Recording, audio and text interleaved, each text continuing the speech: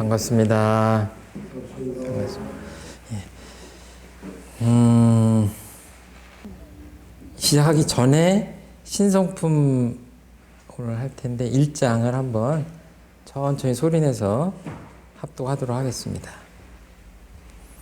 대종사 말씀하시기를 스승이 제자를 만나매 먼저 그의 신성을 보나니 공부인이 독실한 신심이 있으면 그 법이 먼저 건네고 신심이 없으면 그 법이 건네지 못하고 공을 이루지 못하나니라.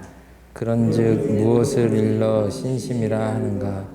첫째는 스승을 의심하지 않는 것이니 비록 10,000,000 사람이 10,000,000가지로 그 스승을 비방할지라도 거기에 믿음이 흔들리지 아니하며 혹 직접 보는 바에 무슨 의혹이지라도 거기에 사량심을 두지 않는 것이 신이요. 둘째는 스승의 모든 지도에 오직 순종할 따름이요. 자기의 주견과 고집을 세우지 않는 것이 신이요.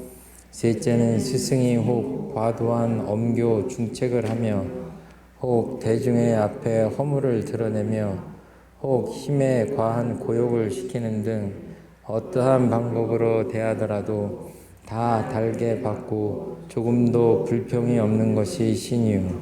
넷째는 스승의 앞에서는 자기의 허물을 도무지 숨기거나 속이지 아니하고 사실로 직고하는 것이 신이니 이 네 가지가 구비하면 특별한 신심이라 능히 불조의 법기를 이루게 되리라. 예, 감사합니다. 허물을 속이지, 다섯 번째는, 네 번째죠. 스승의 앞에서는 자기의 허물을 도무지 숨기거나 속이지 아니하고 사실로 직고하는 것이니 이 네 가지가 구비하면 특별한 신심이라 능히 불조의 법기를 이루게 되나니라. 맨 마지막 것이 뭐냐면 자기의 허물을, 잘못이죠, 숨기지 않는다. 이실직고하는 것이다. 이제 이런 건데요.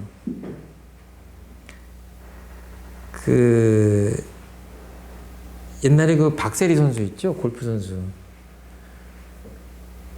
박세리 선수가 세계에서 제일 잘 치는 골프 선수였잖아요. 한동안. 그럼 이런 선수는 코치가 있어요, 없어요?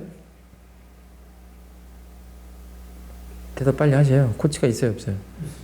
있죠? 예. 그 테니스의 황제라고 하는 로저 페더러 선수가 지금도 열심히 하고 거의 최정상급이에요, 지금도. 근데 나이가 선수로서는 굉장히 많아가지고 사람들이 다 아주 신기하게 생각해요. 어떻게 저 나이에도 세계 정상급 선수의 실력을 유지할 수 있을 것인가. 그런데 이 선수한테 지금 코치가 있어요, 없어요? 있어요. 그럼 이분은 세계 랭킹 1위를 수없이 한 사람이에요. 그러니까 코치가 현역 시절에 그 페더러보다 랭킹이 위였겠어요, 아래였겠어요? 1위를 많이 했다니까. 로저 페더러 선수는 오랫동안 1위를 한 사람이고 지금도 거의 1위를 해요. 근데 그 코치는 어떻겠어요? 현역 시절에. 페더러보다 낮아요, 랭킹이. 며칠 전에도 제가 그 TV 중계를 봤는데 그 얘기를 하더라고, 해설자가. 현역 시절에 랭킹이 더 낮은 사람이 자기보다 랭킹이 높은 페더러의 코치예요. 스승님이에요.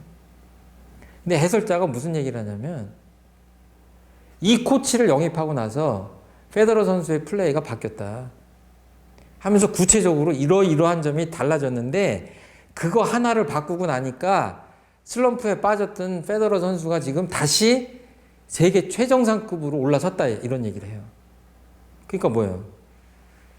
박세리 선수건 페더러 선수건 세계 최정상급 선수에게도 코치가 있는데 그 코치가 많은 것을 가르쳐 주는 게 아니에요. 정상급으로 올라갈수록 뭐예요? 한두 가지를 지적해 주는 겁니다. 근데 그 테니스 해설하는 사람이 그래요. 자기보다 랭킹이 아래였던 코치의 말을 페더러가 그대로 따르고 실천하는 거를 보면서 정말로 위대한 선수라고 생각을 합니다. 이런 얘기를 해요. 무슨 얘기인지 아셔요? 그러니까 뭐예요? 코치가 설사 랭킹이 낮았다고 하더라도 코치 눈은 어때요? 직접 플레이를 하지 않기 때문에 객관적으로 바라봅니다. 선수를. 그러니까 아무리 최정상급의 선수라고 하더라도 그 선수의 단점을 지적할 수 있고 거기에 대해서 객관적인 어떤 조언을 할 수가 있는 거예요. 그래서 그 조언을 얻으려고 세계 최정상급의 선수들이 다시 코치를 초빙하는 겁니다. 그런데 이 도가의 스승님들은 코치료도 안 주잖아요. 에? 스승님들을 가까이 하면 도리어 얻어먹는 게 많지 뭐 갖다 바치는 게 뭐가 있습니까? 그런데도 사람들은 그거는 별것이 아니라고 생각해요. 진정한 스승님 앞에서는 그래야 되는 거예요. 그러니까 숨김이 없어야 코치가 뭔가를 가르쳐 줄 거 아니에요. 의사한테 가서 아픈 것들을 감추면 이 의사가 명의인가 아닌가 내가 아픈 데를 알아맞추나 못 맞추나 이렇게 그런 건 아니잖아요. 빨리 통증이 어떻게 있고 왜 이런 거 같고 이렇게 있는 그대로 이실직고 해. 마음 공부도 마찬가지다. 근데 이렇게 하려면 어떻겠어요? 쑥스럽기도 하고 개면쩍기도 하고 어떨 땐 자존심이 상하기도 하고 그럴 수도 있죠. 근데 그런 것들을 앞에서 이야기한 것들이 굉장히 자존심 상하고 체면이 깎이고 어떨 때는 참 부끄럽기 그지없고 할 텐데 그러면 제자가 이렇게 하는 이유는 뭐예요 또? 창피하게 자기 허물도 얘기하고 그냥 엄하게 꾸짖어도 또 이렇게 또 지도를 따르고 이렇게 하는 이유가 뭡니까? 예, 그것이 대답이긴 한데 좀 더 구체적으로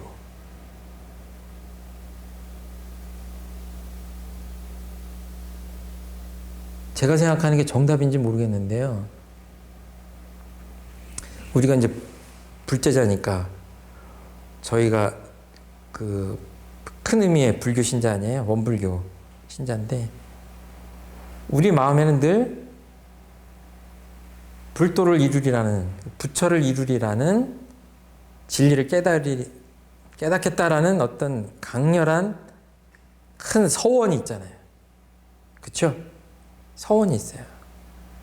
내가 깨달아야 되겠다. 바른 길을 찾아야 되겠다. 내 인격을 향상해야 되겠다라는 서원과 공부심이 있는 거죠. 그러니까 뭐예요? 그게 강렬하면 그 목마름이 맹렬하면 어때요? 나머지 것들은 쉽게 접어집니다. 내가 아파 죽겠는데 피를 철철 흘리는데 의사한테 가서 이런저런 얘기할 필요가 없죠. 본론으로 그냥 바로 들어가면 되죠. 그런 거예요.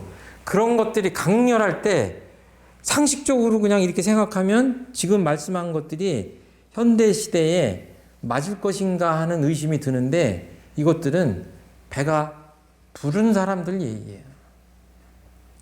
진리에 진정으로 목마르고 배고프면은 이 말씀들이 이해가 되고 정말 그렇겠다. 자존심을 접은 단계의 이야기입니다. 그렇게 되지 않을까 싶어요. 제가 저를 봐도 이런 신심이 있어야 법기를 이룬다고 했는데 우리 마음 안에 이런저런 마음이 있다면 그릇이 가득 차서 법이 담기지 않을 거 아닙니까? 그러니까 이런저런 것들을 군더더기들 다 날려버리고 여기서 말씀하신 대로 마음을 텅 비우고 스승님들이 어떻게 하라고 하든 할 수 있는 그런 빈 마음을 가지면서 우리가 공부를 해야 되겠다 하는, 뭐랄까요, 그 반성의 마음, 그 초심으로 돌아가는 그런 자세가 있어야 되겠다. 그리고 저도 다시 한번 그런 마음을 챙겨야 되겠다 하는 마음입니다. 요음품인데요. 다른 장보다 이제 법문이 좀 짧고 또 상대적으로 좀 생활 속에서 공감하기 쉽고 이해하기 쉬운 내용들로 되어 있어서 오늘 더 편안하게 그냥, 그리고 들으시면서 늘 그렇지만 이 법문이 나하고 내가 살아가는데 어떻게 이 법문을 활용하면 좋을 것인가, 이런 생각을 가지시고 이 법문을 배우시면 좋겠다 싶습니다. 그 요음품은 어떻게 보면 그 마음 공부하는데 그 요긴한 내용, 그러니까 마음 공부는 이렇게 했으면 좋겠다 하는 편편 법문이다, 이렇게 생각하시면 될 것 같아요. 그 1장 함께 읽어보실까요? 대종사 말씀하시기를 모든 학수를 공부하되 쓰는 데 들어가서는 끊임이 있으나 마음 작용하는 공부를 하여 놓으면 일분 일각도 끊임이 없이 활용되나니 그러므로 마음 공부는 모든 공부의 근본이 되나니라.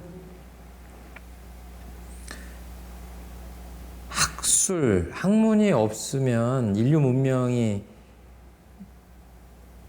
없다고 해도 과언이 아닐 것 같아요.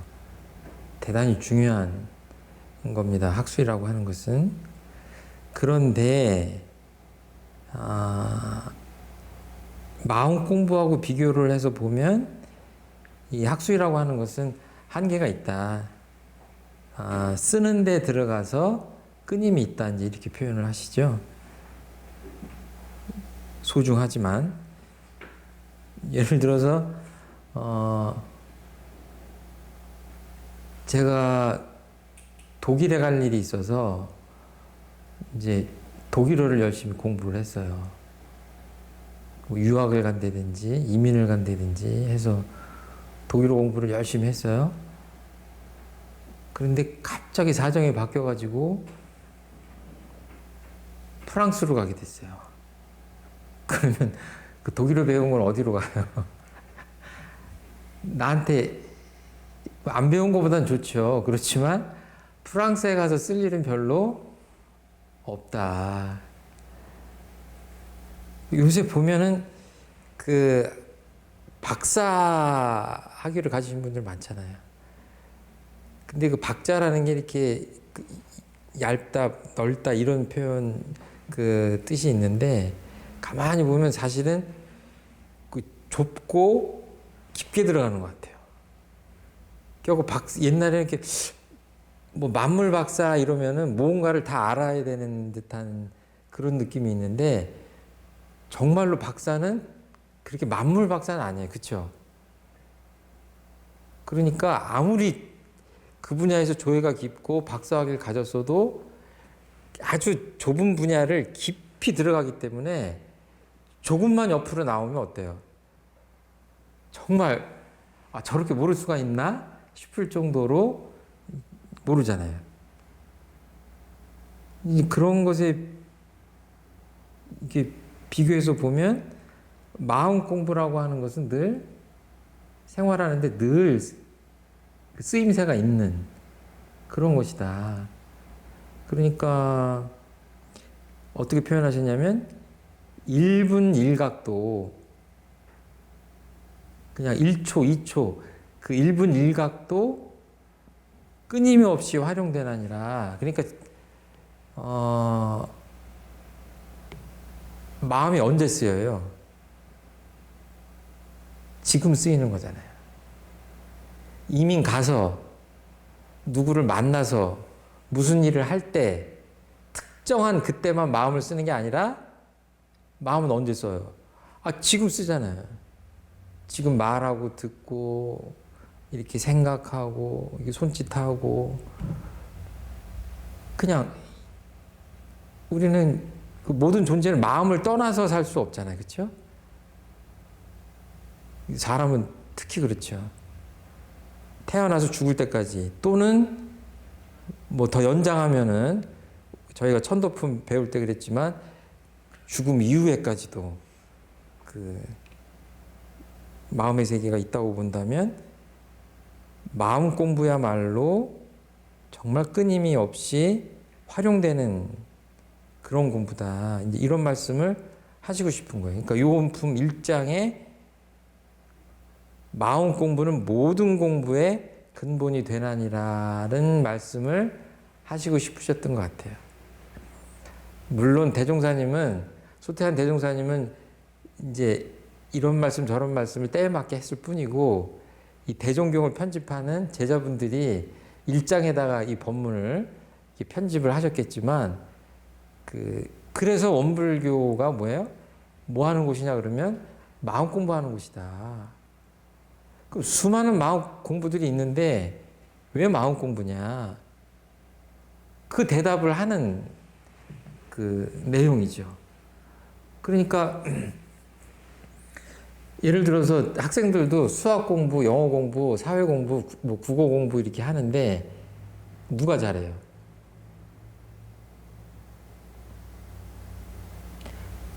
그 제 질문의 90%는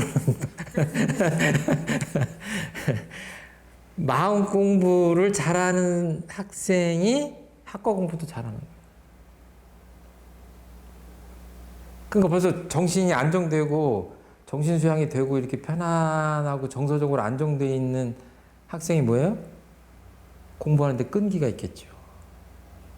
그 사리 연구를 잘하는 학생이 같은 시간에 공부를 해도 더 잘 배울 것이고 다 연결되어 있는 거죠. 그러니까 맨 밑바닥 모든 공부의 맨 밑바닥 근본에는 마음 공부가 있다 이렇게 생각하시면 되고 마음 공부의 교재는 뭐다? 여기 있죠. 여기 교전이 있긴 있고 그 84,000 수많은 그 부처님의 가르침이 담긴 불경도 결국은 마음 공부하자는 교과서고 근데 교과서 너무 많잖아요. 그렇죠? 3,000년 동안 막 점점 늘어나가지고 참고서가 저희들이 보기에는 다른 종교의 경전도 결국은 마음 공부를 잘해서 마음을 잘 쓰자라고 하는 것이 핵심이라고 저희는 보는데 아무튼 그 중에서도 원불교 교조는 그 글로 써져 있는 마음 공부 교재죠. 근데 진정한 교재는 뭐냐?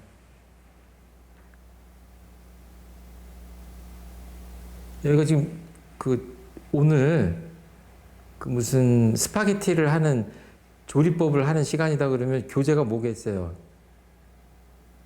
재료나 뭐 이런 스파게티가 재료잖아요. 마음 공부의 재료는 뭐예요? 교재는 마음이잖아요. 그러니까 내 마음을 잘 봐가지고 보이지 않는 것 같지만 무형한 마음을 잘 발견해서 어떻게 쓰면 되는구나 하는 것을 깨달아가지고 그 내용들을 여기다가 우리 스승님들께서 담아 놓으신 거죠. 그러니까 마음을 제대로 발견하지 못할 때는 이 교전을 보고 안내를 받아서 마음을 찾아가고 쓰는 것들을 이렇게 익히지만 조금 더 가면 어떻게 해요? 이 마음의 작용을 다 여기다 써놓을 수가 없잖아요. 그렇죠? 그러니까 그때는 교재가 어디예요? 내 마음이에요. 또 조금 넓히면 내 앞에 있는 당신의 마음이야. 그렇죠? 부부 사이에도 어때요? 내 마음을 잘 보고 배우자 마음 잘 보고 그러면 그 집안은 편안하죠. 행복하고. 마음 공부라는 게 그런 것이다. 뭐 눈 하나 뜨고 밥 먹고 잠자고 생활하고 전화 받고 뭐 이런 것들 모든 그런 것들의 밑바닥에 결국 내 마음이 들어서 하는 거기 때문에 그 공부를 해야 된다. 그 공부가 진정한 공부다라는 말씀을 하시고 싶은 거죠. 그러니까 내가 행복하게 살 것이냐 불행하게 살 것이냐가 어디 달렸어요? 원불교적 관점으로 본다면 내 마음에 달린 거예요. 당신이 행복하고 불행한 것은 어디에 달렸어요? 마음 공부 측면으로 보자면 다 마음이 제각각이라 그 사람의 마음 쓰는 데 달린 것이다. 마음 공부라고 하는 것은 내 마음을 어떻게 쓸 것이냐를 주로 가리키는 공부다, 이렇게 보시면 되는 거죠. 2장 한번 보실까요? 함께 한번 읽겠습니다. 대종사 말씀하시기를 수도인이 구하는 바는 마음을 알아서 마음의 자유를 얻자는 것이며 생사의 원리를 알아서 생사를 초월하자는 것이며 죄복의 이치를 알아서 죄복을 임의로 하자는 것이니라. 이거 이제 세 가지 말씀을 하셨어요. 마음을 알아서 마음의 자유를 얻고 생사의 원리를 알아서 생사를 초월하자. 여긴 자유하자 했고, 죄복의 이치를 알아서 죄복을 임의로 하자. 임의라고 하는 것은 내 마음대로 하자는 얘기잖아요. 반갑습니다. 이게 말은 조금씩 다른데 제가 보기에는 다 마음의 자유, 생사의 자유, 죄복의 자유, 이렇게 자유의 다른 말이다, 이렇게 봐도 될 것 같아요. 주로 이제 저희 마음 공부를 하니까 이제 마음의 자유에 대해서 얘기하는데, 제가 자나깨나 돈 벌 궁리를 해. 주로 99% 내가 구하는 게 뭐예요? 내가 구하는 게 돈이다. 이러면 제 직업이나 본분이 뭐 다르게 말할 수 있겠지만 사업하는 사람, 사업가죠, 사업가. 그죠? 사업가야. 이 자나깨나 어떤 총각이 아가씨를 쫓아다녀. 사랑해달라고. 그 사람이 직업은 다른 거지만 그 사람 뭐예요, 지금? 예, 연애. 직업은 아니지만 연애 중인 총각이죠, 총각. 연애 중인 총각이야. 구애. 예? 애정을 구하는 사람이잖아요. 그렇죠? 구애자예요. 구하는 게 달라요, 다. 구하는 게 다른데 이 말씀 앞에 뭐가 있냐면 수도인이 구하는 거예요. 그러니까 마음의 자유, 생사의 초월, 죄복을 임의로 한다. 요거 좀 생략을 하더라도 마음의 자유라고 하는 것 하나만 놓고 보더라도 이렇게 세상을 이렇게 주변에 이렇게 보시면 내가 아는 친구, 뭐 사업하는 뭐 사람, 뭐 동업자, 이렇게 친척 이렇게 보면 저 사람이 주로 뭐를 구하고 사는가 한번 보세요. 예? 뭐를 구하고 사는가? 그 사람이 사업을 하고 뭐 교수님이고 선생님이고 기사님이고 해도 뭐 식당을 운영하고 하더라도 그 사람이 진정으로 마음속에서 마음의 자유를 추구하는 사람이다, 이런다면 뭐예요? 그 사람 뭐라고 할 수 있어요? 수도자예요, 그 사람이. 수도원에 살아야 수도자가 아니라 막 저 몇천 미터 가는 막 그 수도원에 혼자 막 이렇게 막 내가 수도자다 이렇게 그렇게 폼나게 살아야 수도자가 아니라, 이 본문에 의지해서 설명을 하자면 어디에 살든지 언제 어디서나 요새 성인이 돼가지고 돈을 안 벌면 그 사람도 잘못된 거죠, 그죠? 아니 돈을 벌어야 자기도 먹고 살고 처자식도 먹여 살리고 그러잖아요, 그렇죠? 그 잘못된 게 아니에요.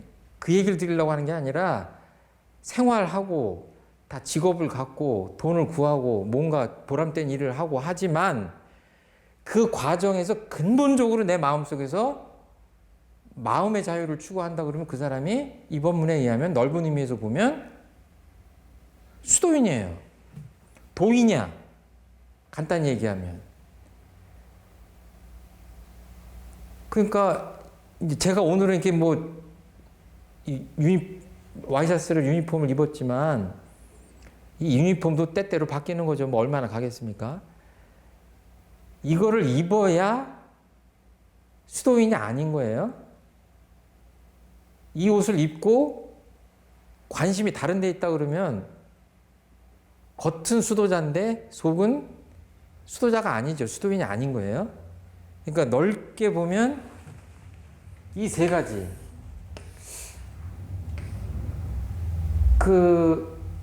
어떻게 하면 인간이 행복하고 유복하게 살 수 있을 것인가를 다 원하지만 그것이 아니라 어떻게 하면 그 궁극적인 그 원인을 자꾸 캐고 또 생사도 그냥 죽으면 그만이지 이러는 게 아니라 그 생사의 문제도 그 실존적으로 고민을 하면서 살고 그걸 이제 통틀어서 이제 마음의 자유라고 한다면 그런 거죠. 그러니까 그 되게 그 불행하다고 하는 사람이 뭐가 불행하냐면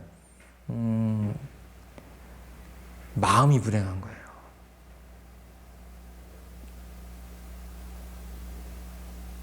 그러니까 아무리 좋은 조건에 있어도 뭐예요? 마음이 복작복작하고 시끌시끌하면 뭐예요? 그때 불행하다고 그러잖아요. 그때 불행하다고 그래요. 마음의 자유는 누가 찾습니까? 한번 생각해 보세요. 내가 마음의 자유를 어떤 때 구하는가 한번 생각 한번 해보세요.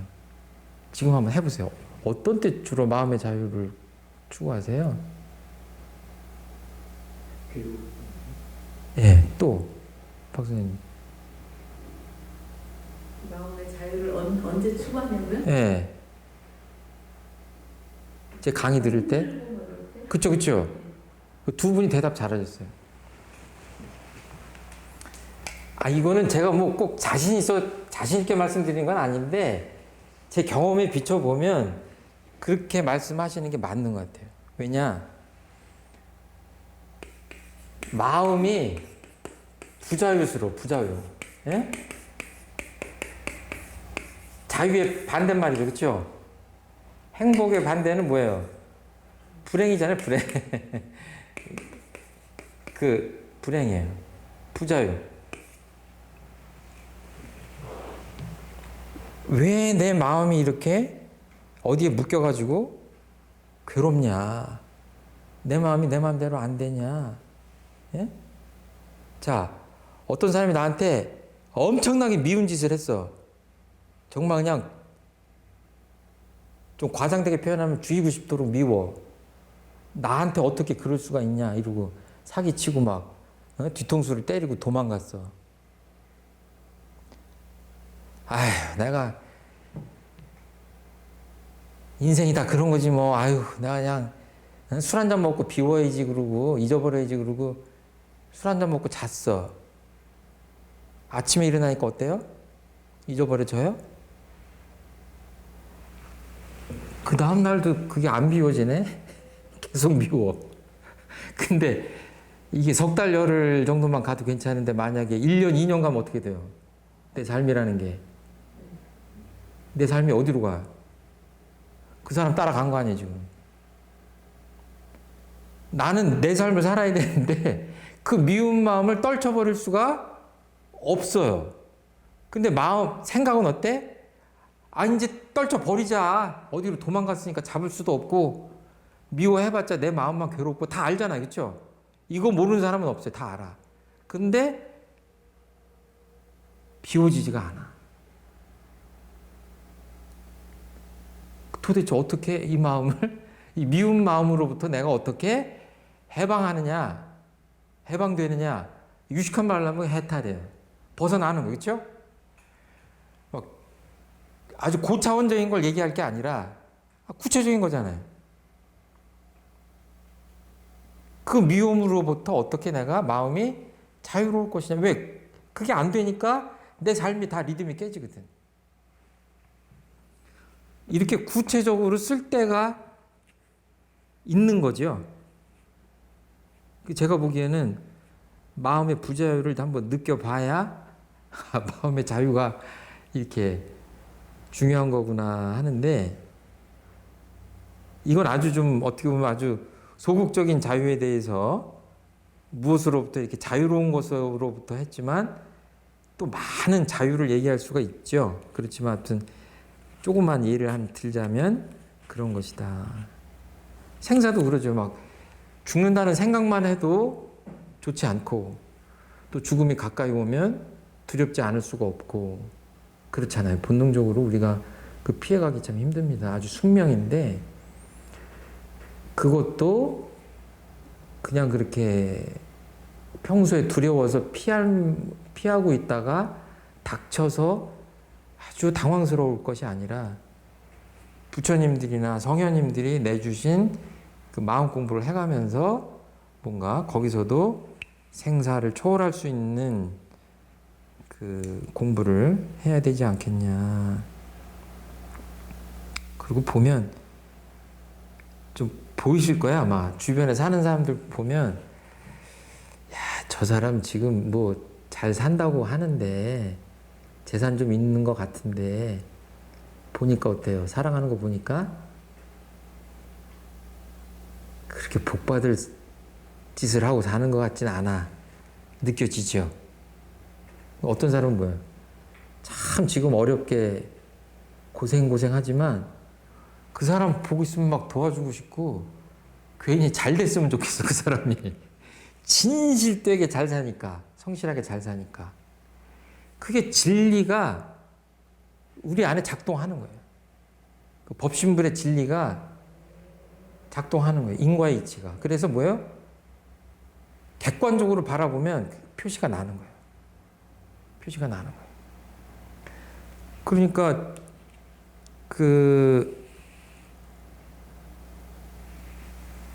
죄복을 임의로 한다는 게 뭐예요?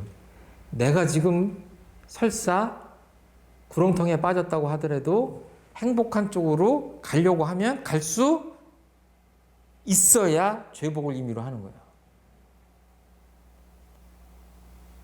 역경 속에 빠져가지고 그냥 허부적 하면서 거기서 헤어날 길을 모른다?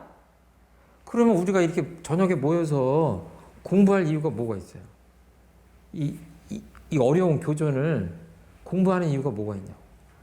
그 마음 공부라고 하는 것은 그랬을 때의 불행으로부터 행복적으로 내 삶을 견인할 수 있는 그 지혜, 힘, 이런 것들을 얻으려고 하는 거잖아요.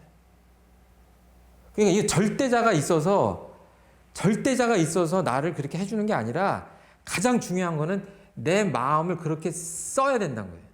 내 마음을 그렇게 먹고, 내 마음을 달리 먹으면 뭐예요? 내 행동도 달라지고. 그렇게 행동을 계속 다르게 하면 어때요?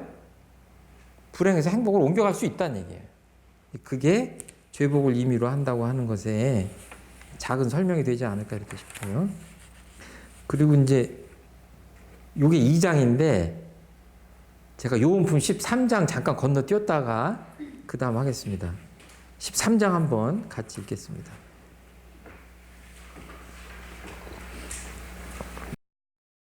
대종사 말씀하시기를 여의 보주가 따로 없나니 마음의 욕심을 떼고 하고 싶은 것과 하기 싫은 것에 자유자재하고 보면 그것이 곧 여의 보주니라.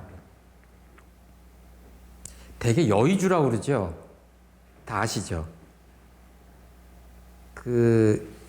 우리나라 백자, 조선시대 백자 항아리 보면 용들이 많이 그려져 있어요.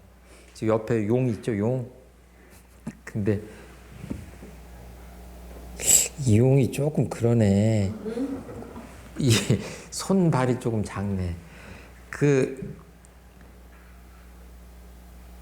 이렇게 용이 발톱이 있잖아요.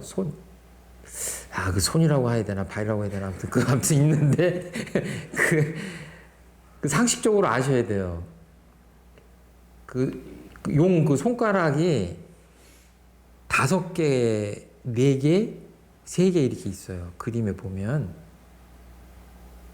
5개는 왜 5개예요? 그 백자 항아리를 임금님이 쓰시는 궁궐에 있는 그 백자 항아리의 용의 그림은 이게 5개예요. 그래갖고 저 평민 쪽으로 내려오면 용을 그려도 요 발을 요 손가락 같은 거를 5개를 그릴 수 없고 적게 그려요. 제가 그 문화재 하시는 분한테 그렇게 들은 것 같아요. 근데 이제 그냥 용이 아니라 용이 여의주를 얻었다 그러잖아요. 그렇게 하면 이 용이 굉장한 능력을 얻는 거예요. 그냥 마음 내키는 대로 뭔가를 할 수 있는 거예요. 여의주라는 게. 내 뜻대로 되는 거예요. 내 뜻대로. 여의주라는 게. 그러니까 입에 물기도 하고 이게 손에 잡기도 하고 이제 그렇게 그리잖아요.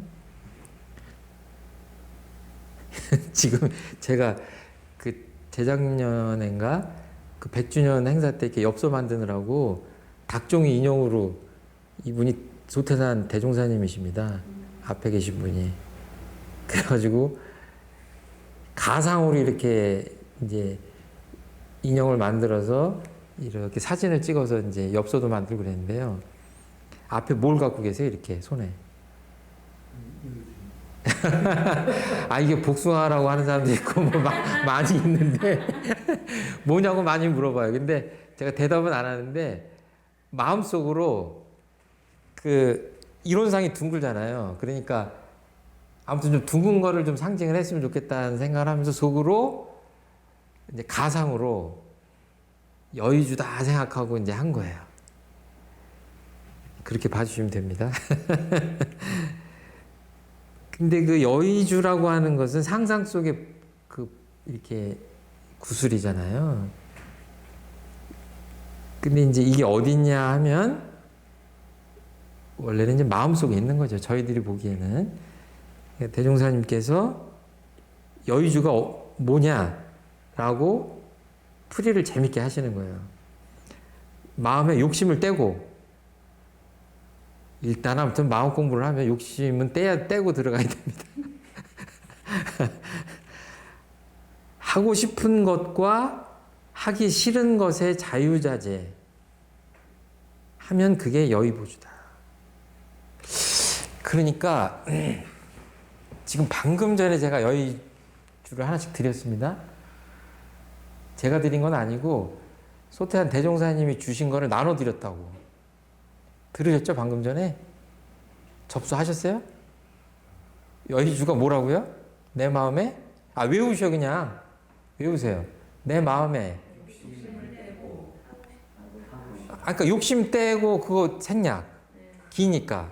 그 다음 문장만 외우기. 하고 싶은 것과 하기 싫은 것에 어떻게? 자유자재. 무엇이? 내 마음이. 네? 얼마나 쉬워요. 자유자재한다고 하는 것은 뭐예요? 이걸 어떤 사람이 붙잡고 놀 줄을 몰라. 이러면 자유자재한 거야? 아니에요. 집착한 거죠. 근데 어떤 사람은 또 잡으라고 하는데 못 잡아. 못 잡아. 이것도 자유자재는 아니에요. 그러니까 뭐예요? 먹으려면 이게 잡아서 했다가 먹었으면 놔야 될 거 아니에요. 이게 자유자재예요. 그런데 적당하게 마시고 놓으면 되잖아요. 자유자재예요, 이게. 자유자재가 어려운 게 아니에요. 놀 때 놓고 잡을 때 잡으면 돼. 그쵸? 하기 싫은 거는 안 하면 되고 하고 싶은 건 하면 돼요. 그쵸? 근데 무슨 문제가 있냐? 제가 알코올 중독자야. 여기 지금 술이 담겼어. 먹고 싶어요? 안 먹고 싶어요? 먹고 싶죠? 여기서부터 문제가 생기는 거야.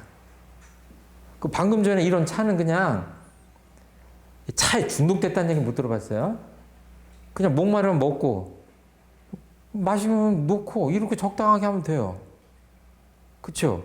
이건 다 적당하게 해. 적절하게. 근데 술이 있다. 근데 내가 알코올 중독기가 있다 그러면 뭐예요? 아니 그냥 한 잔도 안 하는 게 좋지만 양보해서 한두 잔 정도 하면 된다고 봤을 때 한두 잔 했어. 근데 알코올 중독자다 그러면 어떻게 돼요? 강렬하게 먹고 싶잖아요. 하고 싶어. 근데 뭐야? 안 할 수가 없죠. 근데 속에 또 알아. 내가 먹으면 안 돼, 안 돼, 안 돼, 안 돼, 안 돼, 안 돼. 먹으면 안 되는데, 안 되는데, 안 되는데. 이러잖아요. 그죠? 이게 자유자재가 안 되는 거예요. 그리고 내가 아침에 일어나서 청소도 하고, 뭐 공부도 좀 하고, 또 내가 좌선도 좀 하고, 너무 게을러. 그냥 잘 때 다짐을 해. 알람 켜놓고. 내가 내일부터 그냥 아침 6시, 5시에 못 일어나면 내 성을 간다 그러고 다짐을 해요. 그것도 하고 싶은 거예요. 그쵸? 근데 뭐예요? 그냥 비몽사몽간에 알람 끄고 또 자잖아요. 안 돼. 자유자재 한 거야, 안 한 거예요? 못 한 거예요. 그러니까 이상하게 하면 좋은 것들은 하기가 싫어요. 그러니까 먹지 말라고 하면 더 먹고 싶은 것처럼 이게 거꾸로 돼 있는 거예요. 거꾸로. 그러니까 뭐예요? 마음 공부가 그 제대로 돼가지고 마음의 힘을 갖기 전까지는 어때요? 잘 들으세요. 내가 마음의 힘도 없고 마음 공부가 덜 됐어. 그럼 그때는 내가 하고 싶은 것들을 어떻게 해야 되겠어요? 참아야죠. 대개는. 그렇게 하면 잘못된 길로 가요. 왜? 욕심도 못 됐고 나한테 안 좋은 건데 하고 싶어. 무슨 말씀인지 아셨죠? 그러니까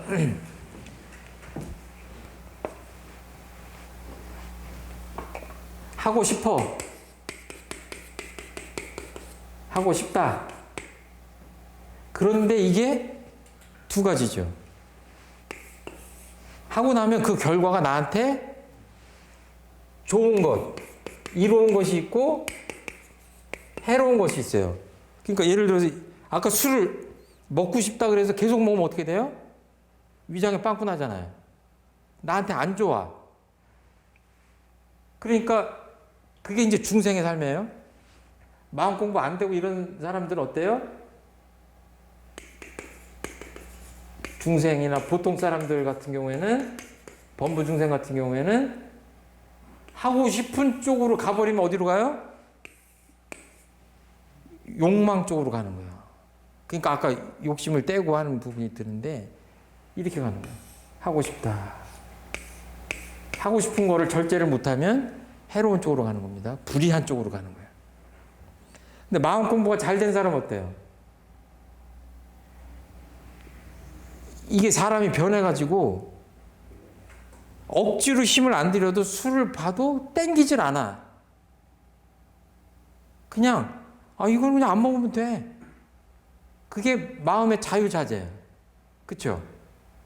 근데 이런 분들은 그냥 또 안 먹는다고 해서 전혀 안 먹는 것도 아니야. 예를 들어서 칠순잔치 같은 데 가서 어른들이 야 자네 한잔 하소 그러면 야, 알겠습니다. 어르신 여기서 한잔 하고. 근데 아까 알코올 중독한 사람 뭐예요? 한 잔이 10잔 되고 10잔이 20잔 되잖아요. 이 사람은 그냥 필요에 따라서 한 잔 먹고 그 다음에 또 그냥 딱 놓는 거야. 이게 자유자재예요. 그렇죠? 그거 얼마나 쉽습니까? 하고 싶은 것과 하기 싫은 것에 자유자재하면 돼요. 그렇죠? 설거지를 언제 해요? 어떤 사람은 꼭 설거지를 해야 잠이 오는 사람이 있어. 그런가 하면 어떤 사람은 아니 내일 하나 오늘 하나 똑같은데 꼭 지금 해야 돼? 근데 부부가 둘이 달라. 그러면 어떻게 돼요? 한 사람은 꼭 지금 해야 되고 한 사람은 저걸 꼭 지금 해야 되지. 그래서 제가 요구하는 게 뭐냐면 그것도 자유자재 해야 돼. 예? 꼭 지금 해야 되는 게 정답도 아니에요. 아니 급한 일이 있고 막 몸살이 나고 아팠어. 근데 깔끔한 사람은요, 몸살이 나서 몸져 누워서 해야 되는데, 어때요? 그 사람들. 대청소 해야, 대청소하고 다 반짝반짝하게 해놓고 나서야 이불 깔고 욕 깔고 누워야 마음이 편해. 그런 사람 있죠? 이 중에도 있어요. 근데 어떤 사람은, 아프면 그냥, 몸이 최고지, 뭘 그렇게 그런 걸 가지고 그러냐고. 그럼 정답이 뭐예요?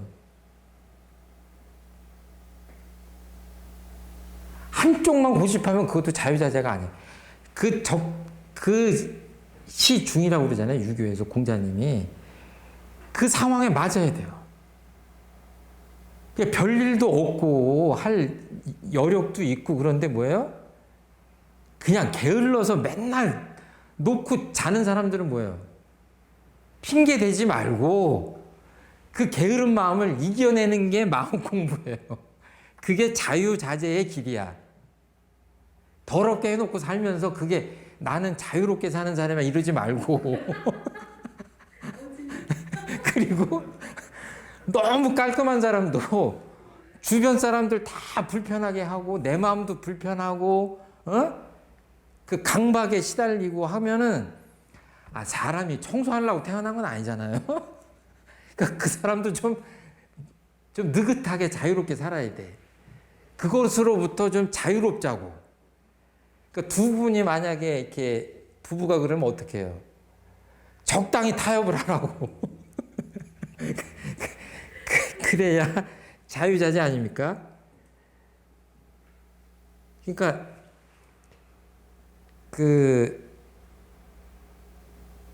원하는 대로 다 되는 게 여의보주예요. 얼마나 좋아요.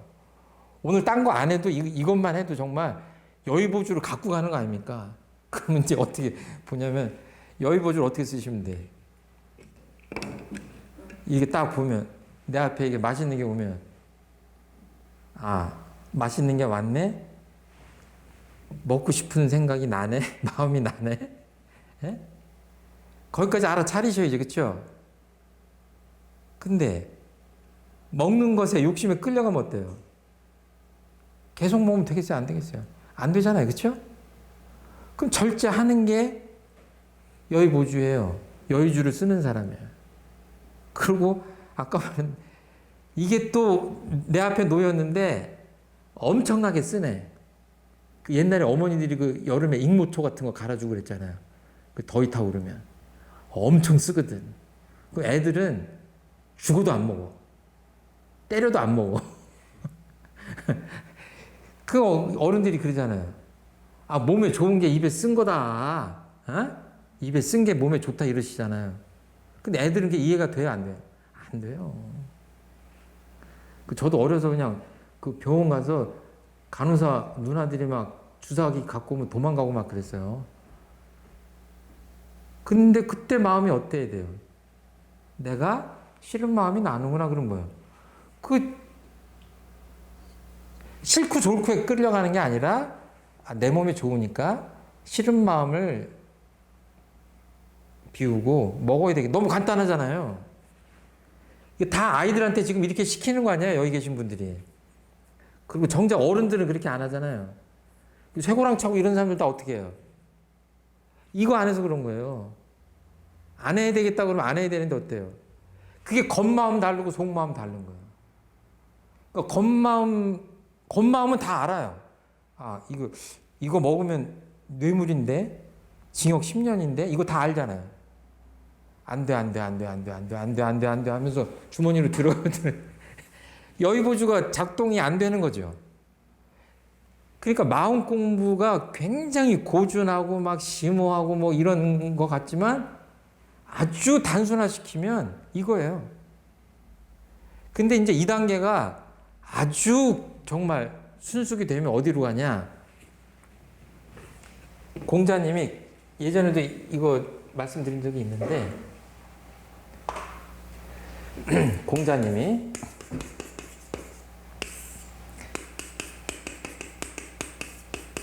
종심 소 요 불 요 구자를 어떻게 쓰냐? 예, 불유구예요. 그러니까 이거는 유자는 이렇게 넘는다는 거예요. 이렇게 넘는다. 이 구는 자야, 자. 이렇게 목수들이 곡선자 같은 거 대고 이렇게 하잖아요. 그 자야, 자. 그러니까 이거 욕심이고 딸을 종자고 마음이 욕망하는 욕구하는 그 마음이 하고자 하는 그 바를 따라가 쫓아가도 어때요? 그 결과 또는 그것이 이 마음이 그 잣대를 넘어가지 않는다. 여기서 잣대라고 하는 것은 눈에 보이는 이 잣대가 아니라 어떤 진리 같은 것이겠죠. 보이지 않는 진리를 넘지 않는다 이거예요. 그 안에 딱딱 들어맞는다는 얘기예요. 그러니까 이때 가면 뭐예요? 이분들은 범부중생 어때요? 내 욕심이 시키는 대로 하면 큰일 나요. 근데 공자님이 그 20대에 30대 뭐 이립하고 40에 불옥하고 50에 뭐 이순하고 뭐 이렇게 해가지고 70세에 설명하시면서 이 말씀 하신 거예요. 내 마음이 그냥 하자는 대로 해도 진리에 어긋남이 없다 이렇게 보시면 되는 거예요. 그러니까 이때는 뭐예요? 욕망하는 대로 하면 돼.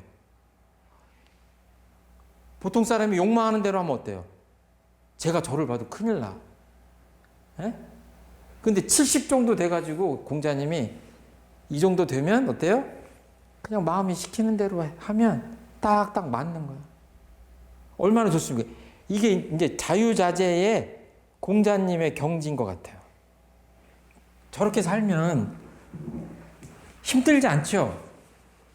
그냥 먹고 싶을 때 먹고 자고 싶을 때 자고 이렇게 자연스럽게 하면 얼마나 좋습니까?